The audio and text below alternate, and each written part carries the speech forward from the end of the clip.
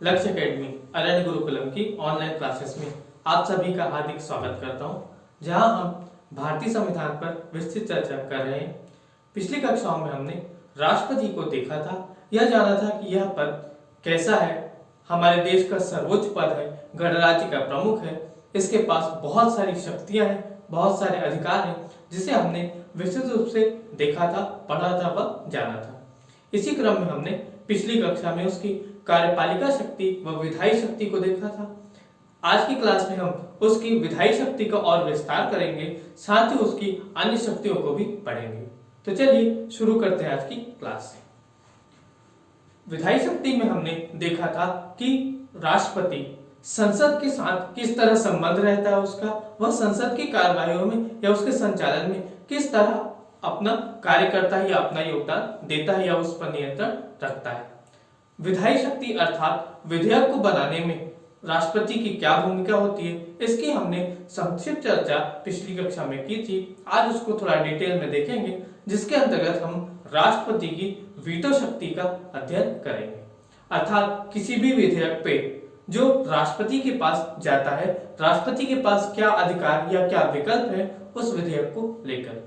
तो हम सब जानते हैं कि किसी भी विधेयक को कानून बनने के लिए 3 चरणों से होकर गुजरना पड़ता है। सबसे पहले वह किसी एक सदन में आता है, वहां से वह स्वीकृत होकर दूसरे सदन में जाता है, तथा वहां से स्वीकृत होकर वे अंतिम रूप से राष्ट्रपति के पास जाता है, और राष्ट्रपति की अनुमति मिलने के बाद, वहां से पारित होने के बाद या स्वीकृत होने के बाद वह कानून का रूप धारण कर लेता है। तो राष्ट्रपति उस पे क्या विचार करते हैं या क्या एक्शन लेते हैं, आज हम उसे देखेंगे, जिसे हम निषेधाधिकार या वीटो की शक्ति कहते हैं। वीटो की शक्ति कहने का अर्थ है कि राष्ट्रपति विधेयकों पर अपना नियंत्रण रखते हैं। वे चाहे तो उन पे सहमति दे सकते हैं, सहमति नहीं भी दे सकते, तथा उसे रोक कर रख सकते हैं। वे ऐसा क्यों करते हैं, इसके 2 कारण हैं। पहला कि जो संसद है वह अपना कार्य जल्दबाजी में न करे, कोई भी ऐसा कानून न बनाए जो कि असंवैधानिक हो, या फिर जिसको बनाए जाने में विधि का पूरा पालन न किया गया हो, या फिर सरकार कोई जल्दबाजी में कानून लेकर आए तो उस पर वह अंकुश लगा सकते हैं। हम उदाहरणों के माध्यम से देखेंगे कि इतिहास में कुछ ऐसे विषय उठे हैं जिन पर राष्ट्रपति ने अपने विवेक का प्रयोग करते हुए उस का अधिनियम को बनने से रोका है, जो कि पूरी प्रक्रिया के तहत नहीं लाया गया था। अब हम देखते हैं कि वीटो शक्ति में राष्ट्रपति विधेयकों पे क्या स्वीकृति देते हैं या क्या एक्शन लेते हैं। सबसे पहली बात यह है कि वीटो शक्ति का आपका उल्लेख अनुच्छेद 111 में किया गया है। अर्थात राष्ट्रपति विधेयकों पर क्या एक्शन लेंगे उसका वर्णन अनुच्छेद 111 में है। अच्छे से याद रखिएगा, इंपॉर्टेंट आर्टिकल है, पूछता है। विधेयकों पर राष्ट्रपति स्वीकृति दे सकता है, अर्थात जो भी विधेयक उसके पास कानून बनने गया वो सामान्य रूप से उस पर हस्ताक्षर कर देगा, अपनी स्वीकृति दे देगा।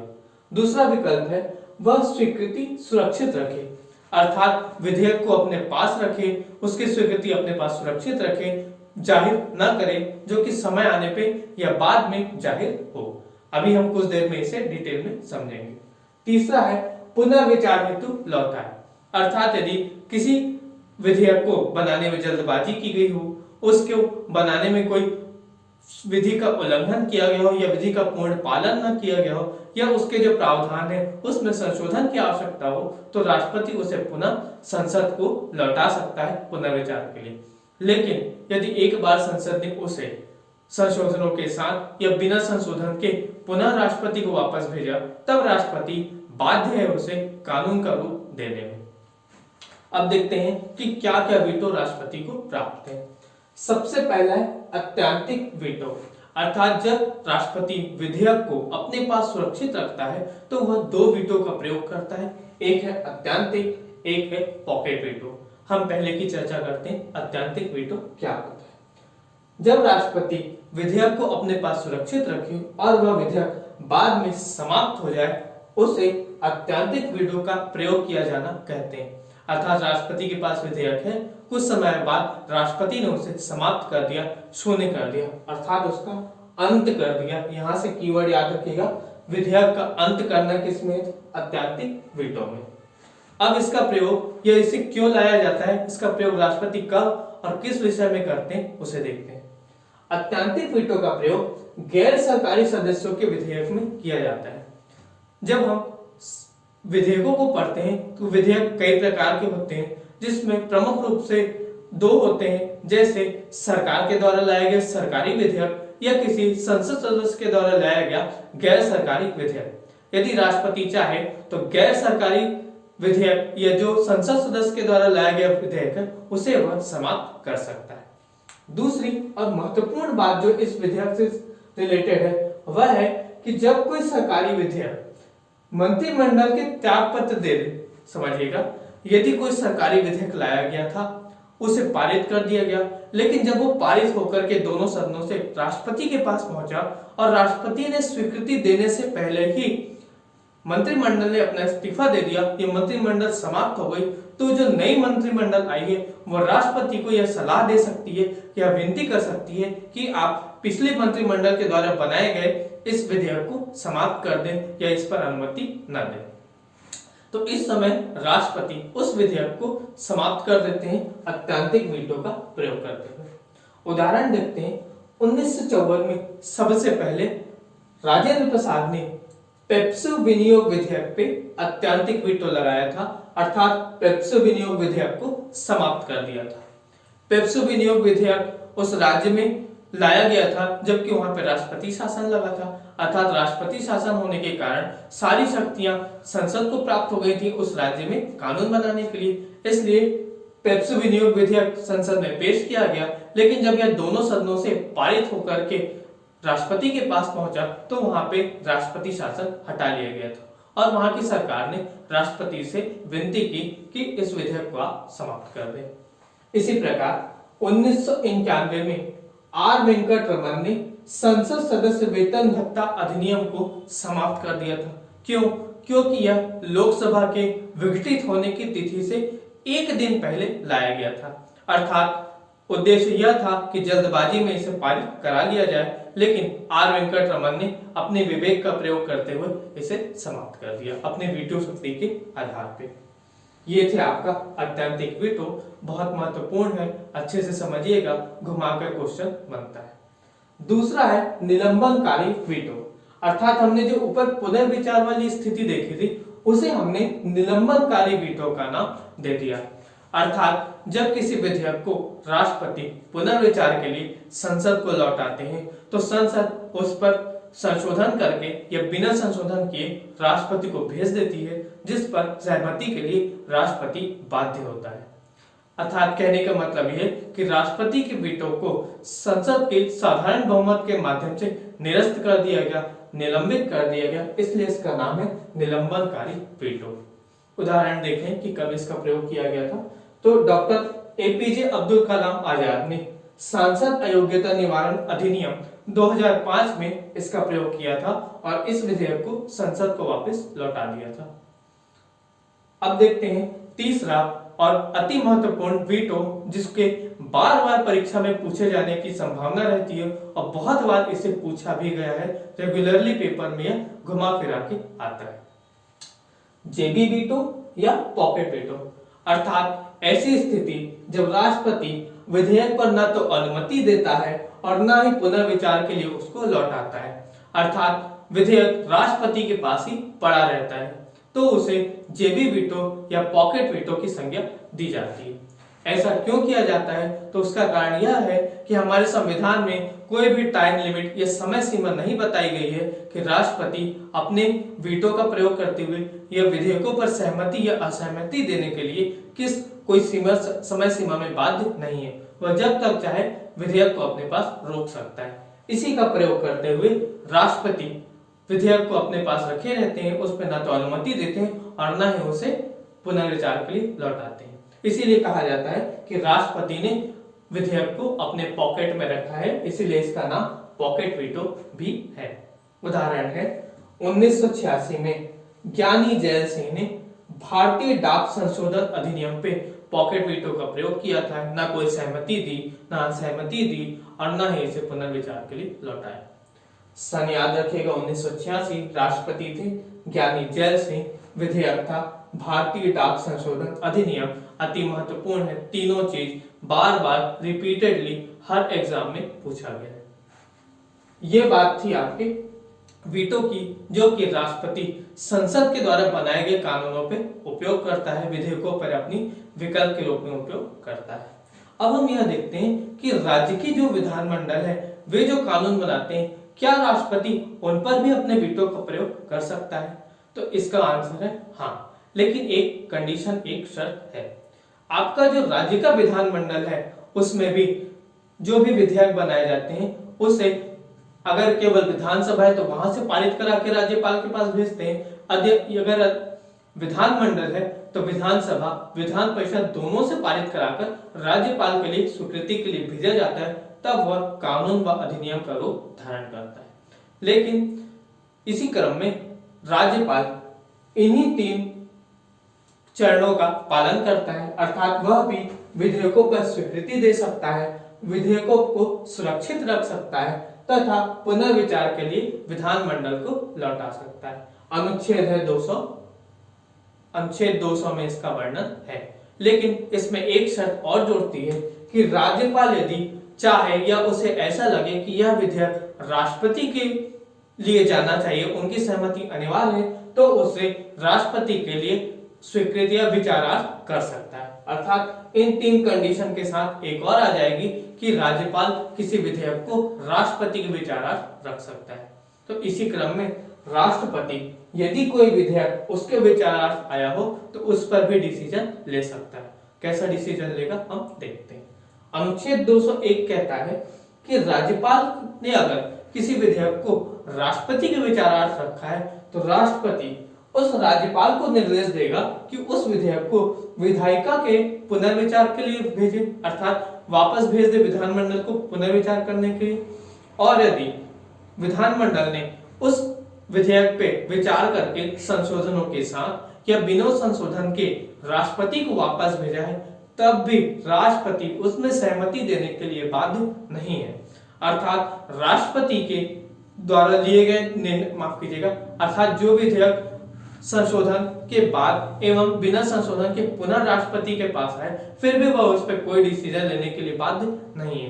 अर्थात यहाँ पर भी कोई समय सीमा नहीं है कि राष्ट्रपति कब और कितने दिन में डिसीजन लेगा और क्या डिसीजन लेगा, इसकी भी कोई बाध्यता नहीं है। अर्थात राष्ट्रपति के द्वारा जो डिसीजन लिया गया उस पर राज्य की विधानमंडल निलंबनकारी वीटो का प्रयोग नहीं कर सकते। ये थी बात विधेयकों की। राज्यों के जो विधेयक है इसे हम एक बार और चर्चा करेंगे जब हम राज्य की विधानसभा को देखेंगे। यहाँ पे अधिकार राष्ट्रपति के पास जा रहा था, इसलिए हमने उसको मिक्स करके देख लिया। कंफ्यूज मत होइएगा, प्रमुखता जो सामने है उसे याद रखिएगा और नीचे की लाइन को एक बार अच्छे से रट लीजिएगा। एक बार और हम इसको अच्छे से विधानमंडल जब पढ़ेंगे तो देखेंगे। ये थी बात निषेधाधिकार या वीटो शक्ति की, जो विधायी शक्ति का ही एक अंग है। अब चलते हैं और देखते हैं राष्ट्रपति की अन्य शक्ति। अन्य शक्तियों में सबसे पहले है आपकी वित्तीय शक्तियां, अर्थात वित्त या सामान्य रूप से बोला जाए तो पैसे से लेन देन के विषय में राष्ट्रपति को क्या शक्ति प्राप्त है, इसकी चर्चा हम इसमें करेंगे। तो आपका जो वार्षिक वित्तीय विवरण है, जिसे आप आम भाषा में बजट या केंद्रीय बजट कहते हैं, संविधान में उसके लिए वार्षिक वित्तीय विवरण शब्द का उपयोग होता है, न कि बजट का। वह इसे संसद में पेश करवाता है। दूसरी बात, यानी संसद में जो बजट पेश होता है वह राष्ट्रपति की पूर्वानुमति से ही पेश होता है। दूसरी बात, अनुदान की मांग राष्ट्रपति की सिफारिश पर ही की जाती है, अर्थात कोई भी पैसा निकालना है, कोई भी आवश्यक कार्य के लिए पैसा खर्च करना है, उसके लिए पैसा चाहिए जो कि संचित निधि या किसी भी निधि से निकालना है, उसे लाने के लिए सबसे पहले राष्ट्रपति की अनुमति आवश्यक है। आकस्मिक निधि से अदृश्य व्यय हेतु अग्रिम भुगतान की व्यवस्था, अर्थात यदि संसद न चल रही हो और कोई आकस्मिक स्थिति आ जाए जब सरकार को पैसे की अत्यंत आवश्यकता हो, तो उस समय राष्ट्रपति अपनी वित्तीय शक्ति का प्रयोग करते हुए अग्रिम भुगतान की व्यवस्था कर सकता है, अग्रिम रूप से सरकार को पैसा दे सकता है, जिसे बाद में सरकार संसद के माध्यम से स्वीकृत करा देगी। पांचवा और सबसे इंपॉर्टेंट वित्तीय शक्ति है वह है अनुच्छेद 280 के अंतर्गत वित्त आयोग की स्थापना करना। राष्ट्रपति अनुच्छेद 280 के अंतर्गत वित्त आयोग की स्थापना करता है। क्या है वित्त आयोग? तो वित्त आयोग राज्य व केंद्र के मध्य राजस्व के बंटवारे को बताता है, समझाता है कि जो भी पैसे हैं उन्हें राज्य और केंद्र के बीच कैसा बांटा जाएगा, तो यह भी निर्देश देता है कि उन्हें किस प्रकार से खर्च करने से इफेक्टिव ज्यादा होगा, एफिशिएंसी ज्यादा होगी। प्रत्येक 5 वर्ष में वित्त आयोग का गठन किया जाता है। अभी 15वें वित्त आयोग के अध्यक्ष NK सिंह हैं। ये थी इसकी वित्तीय शक्तियां। अब देखते हैं कूटनीतिक शक्तियां क्या है, अर्थात हमारे देश के संबंध दूसरे देश से कैसे हैं, ये सभी हम कूटनीतिक शक्तियों में देखते हैं। सभी अंतरराष्ट्रीय संधि व समझौते राष्ट्रपति के नाम से होते हैं, लेकिन ये सभी समझौते संसद की अनुमति से किए जाते हैं। वह देश का प्रतिनिधित्व करता है अन्य देशों में विश्व के स्तर पर। यह याद रखिएगा, राष्ट्रपति देश का प्रतिनिधित्व करता है, लेकिन देश का नेतृत्व आपका प्रधानमंत्री करता है।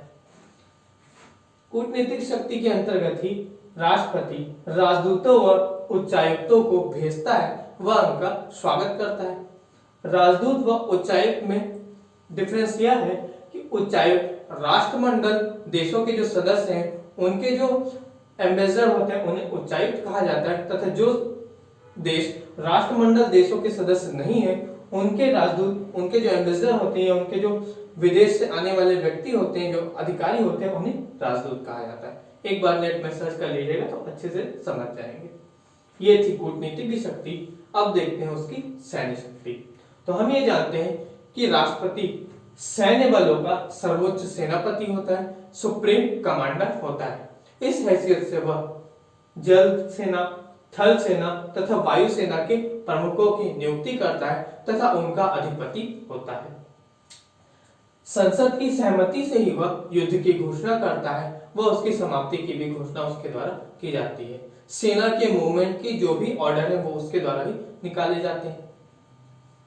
ये इसकी सैन्य शक्ति थी। अब हम देखेंगे कि इसकी न्यायिक शक्ति क्या होती है। अब हम राष्ट्रपति की न्यायिक शक्ति को देखेंगे, अर्थात राष्ट्रपति न्यायपालिका के संदर्भ में या फिर न्याय देने के संदर्भ में क्या शक्ति रखता है, उसका हम अवलोकन करेंगे। न्यायिक शक्ति के अंतर्गत उसे 3 प्रकार की शक्तियां या अधिकार प्राप्त होते हैं। सबसे पहला वह अनुच्छेद 124 के अनुसार सुप्रीम कोर्ट व हाई कोर्ट के जजों की नियुक्ति करता है। दूसरा, अनुच्छेद 72 में उसे क्षमादान की शक्ति प्राप्त है। तीसरा, सुप्रीम कोर्ट से परामर्श लेने का अधिकार अनुच्छेद 143 में वर्णित है। पहला है अनुच्छेद 124 में सुप्रीम कोर्ट व हाई कोर्ट के जजों की नियुक्ति करेगा। दूसरे को हम डिटेल में समझेंगे कि क्षमादान की शक्ति क्या होती है, वह राष्ट्रपति इसका प्रयोग कैसे करता है। आइए, क्षमादान की शक्ति का वर्णन अनुच्छेद 72 में किया गया है। किन मामले, ये कौन से मामले हैं जिन पे राष्ट्रपति क्षमादान की शक्ति का प्रयोग करता है? तो 3 मामले ऐसे हैं, 3 कारण ऐसे हैं जिन पे राष्ट्रपति की क्षमादान की शक्ति का प्रयोग किया जाता है। पहला है, संघीय विधि का उल्लंघन में किसी व्यक्ति को दंड दिया गया हो तो राष्ट्रपति इस पर क्षमादान की शक्ति का प्रयोग करेगा। दूसरा है सैन्य न्यायालय, अर्थात सेनाओं के द्वारा या सेनाओं में जो लोग भर्ती होते हैं उनके द्वारा यदि कोई विधि का उल्लंघन किया जाता है तो सैन्य न्यायालय उन पर न्याय करते हैं, उनमें दंडित करते हैं, उनकी अपील राष्ट्रपति के पास की जाती है। तीसरा है मृत्युदंड, अर्थात देश के किसी भी न्यायालय के द्वारा यदि किसी व्यक्ति को मृत्युदंड दिया गया है तो राष्ट्रपति उस पर सुनवाई का अधिकार रखता है, क्षमादान की शक्ति का प्रयोग करता है। इस शक्ति के 2 रूप हैं या 2 कारण हैं कि इसे क्यों लाया जाता है, क्या इसके आधार है। सबसे पहला है न्यायिक गलती सुधारने में, अर्थात विधि के पालन में न्यायपालिका के द्वारा यदि कोई गलती हुई हो या गलती की कोई गुंजाइश हो, उसे सुधारने के लिए राष्ट्रपति अपनी क्षमादान की शक्ति का प्रयोग करते हैं। दूसरा, यदि दंड का स्वरूप अधिक है, राष्ट्रपति ऐसा समझे कि उस व्यक्ति को ज्यादा कड़ा दंड दे दिया गया या ज्यादा कठोर दंड दे दिया गया, तो वह उसके बचाव में क्षमादान की शक्ति का प्रयोग कर सकते हैं। अब हम देखते हैं कि क्षमादान की शक्ति के अंतर्गत किन किन तत्वों का, एक प्रावधानों का वर्णन है। सबसे पहला है क्षमा, अर्थात किसी भी व्यक्ति की सजा को, दंड को पूर्ण रूप से माफ कर देना, पूर्ण रूप से क्षमा दे देना तथा वह उसकी स्थिति सामान्य व्यक्ति जैसी कर देना। यह अधिकार केवल और केवल राष्ट्रपति को प्राप्त है और किसी को भी नहीं। बाकी की शक्तियां राज्य के राज्यपालों को भी होती हैं, लेकिन सीधे रूप से क्षमा करने की, पूर्ण रूप से माफ करने की शक्ति केवल और केवल राष्ट्रपति के पास है। साथ ही सैन्य न्यायालय की भी शक्ति केवल और केवल राष्ट्रपति के पास होती है। दूसरा है लघुकरण, अर्थात दंड की प्रकृति तथा मात्रा दोनों में परिवर्तित करना। अगर दंड की प्रकृति कठोर है तो उसे सौम्य कर देना तथा उसकी मात्रा को घटाकर कम कर देना। उदाहरण, 5 वर्ष के कठोर कारावास को 2 वर्ष का साधारण कारावास कर दिया जाए। यहाँ पे प्रकृति भी बदल गई, क्योंकि कठोर कारावास से साधारण कारावास हो गई एवं उसकी अवधि भी 5 वर्ष से घटकर 2 वर्ष कर दी गई। अगला है परिहार, केवल मात्रा में कमी, अर्थात 10 साल के कठोर कारावास को 5 साल के कठोर कारावास में बदल देना, केवल टाइम को कम कर दिया गया। अगला है विराम, अर्थात किसी विशेष परिस्थिति में आकर दंड को कम करना विराम के अंतर्गत आता है। जैसे किसी व्यक्ति की शारीरिक अपंगता हो जाए या फिर महिला के गर्भावस्था में होने पे उसके कठोर कारावास को साधारण कारावास में बदल दिया जाता है या फिर मृत्युदंड को आजीवन कारावास में परिवर्तित कर दिया जाता है। अंतिम है प्रविलंबन, अर्थात दंड, विशेषकर मृत्युदंड पर अस्थायी रोक लगा दी जाए ताकि अपराधी या जो दोषी व्यक्ति है वो क्षमा याचना या अपने दंड के स्वरूप को परिवर्तित करने के लिए या पूर्ण रूप से माफ करने के लिए राष्ट्रपति के पास अर्जी लगा सके, इसका उसे समय दिया जाता है। प्रविलंबन के माध्यम से दंड को रोक दिया जाता है कुछ दिनों तक। ये थे 5 प्रावधान जो क्षमादान की शक्ति के अंतर्गत आते हैं। अच्छे से समझिएगा, अच्छे से रटिएगा, कीवर्ड्स को याद रखिएगा।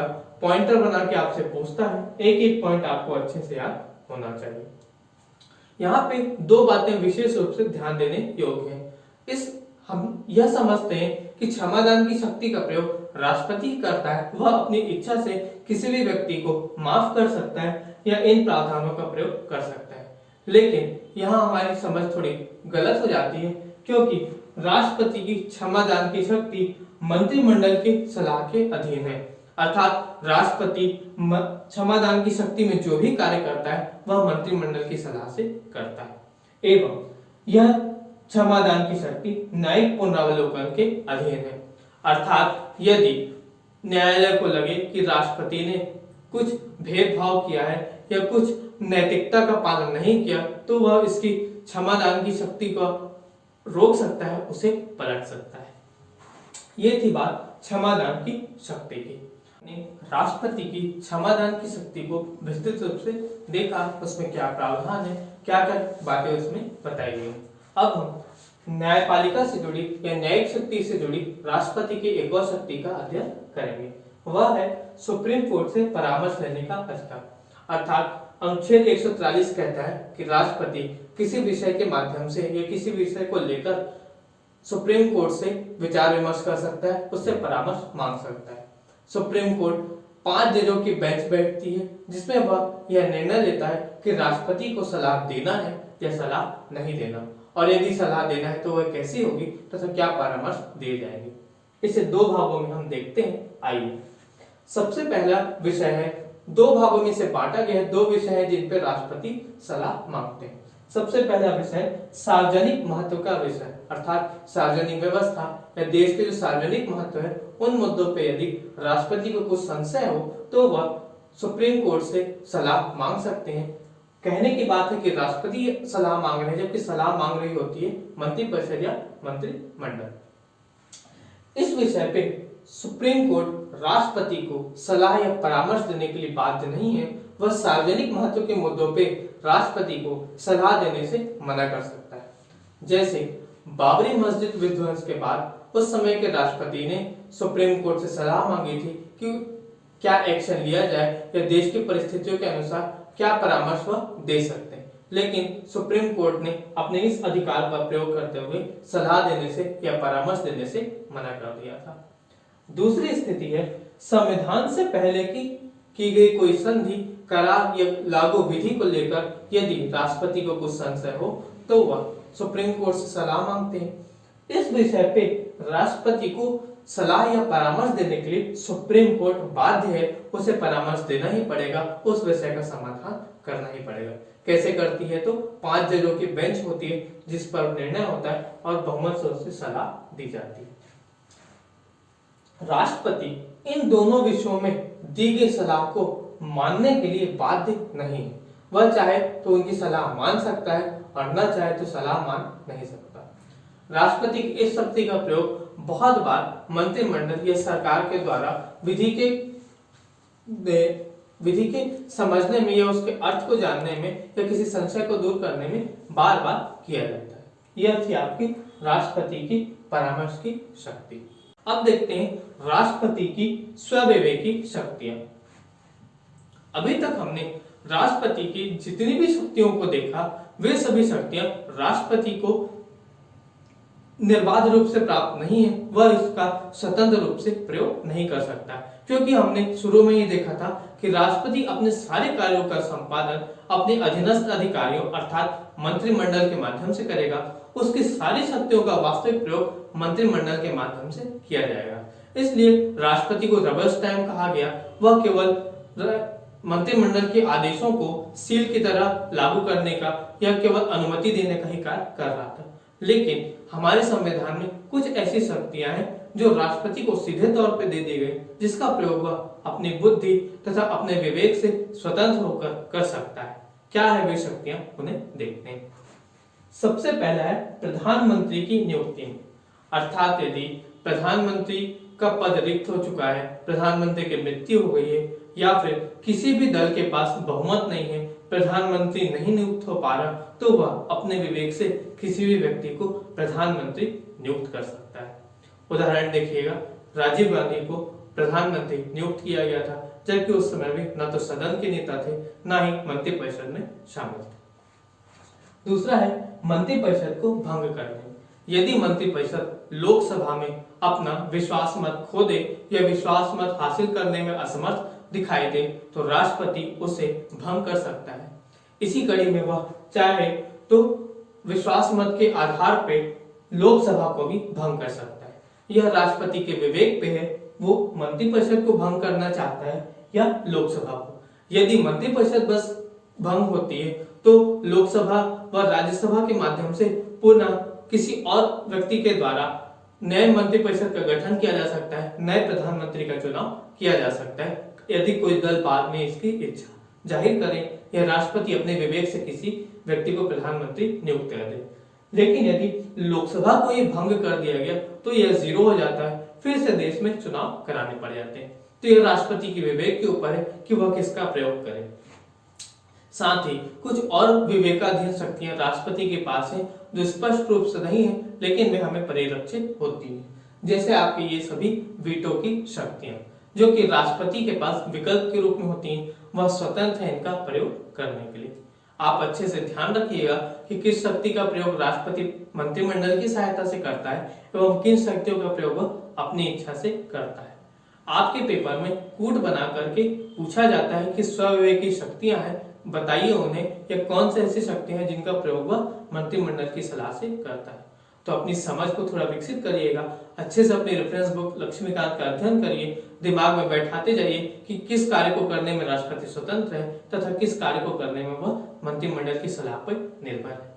इसके साथ ही आप यहाँ ध्यान दीजिएगा कि बहुत सारे राष्ट्रपति के अधिकार हैं व बहुत सारी शक्तियां हैं, तो आपको ध्यान देना है कि कौन सी राष्ट्रपति की शक्ति होती है और कौन सा राष्ट्रपति का अधिकार। जैसे संसद में अभिभाषण करने का व संदेश भेजने का राष्ट्रपति का अधिकार है, न कि उसकी शक्ति, लेकिन वीटो उसकी राष्ट्रपति की शक्ति कहलाती है विधेयकों पे। यहाँ ध्यान दीजिएगा किस प्रावधान के साथ अधिकार जोड़ा है और किस प्रावधान के साथ शक्तियां।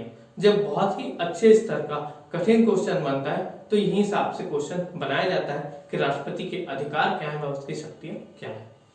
तो आज हमने राष्ट्रपति से जुड़ी सभी शक्तियों को देखा, उसके प्रावधानों को पहले हम देख चुके थे। अब हम अगली क्लास में राष्ट्रपति की आपातकालीन शक्तियों को देखेंगे, जिसमें राष्ट्रीय आपात, राष्ट्रपति शासन व वित्तीय आपात की चर्चा करेंगे, जो कि आपके भाग 18 का भी एक महत्वपूर्ण भाग है, जो कि इसी के साथ संपूर्ण हो जाएगा। अध्ययन करते रहिए, प्रश्न बनाते रहिए और कॉन्सेप्ट को मजबूत रखें। धन्यवाद।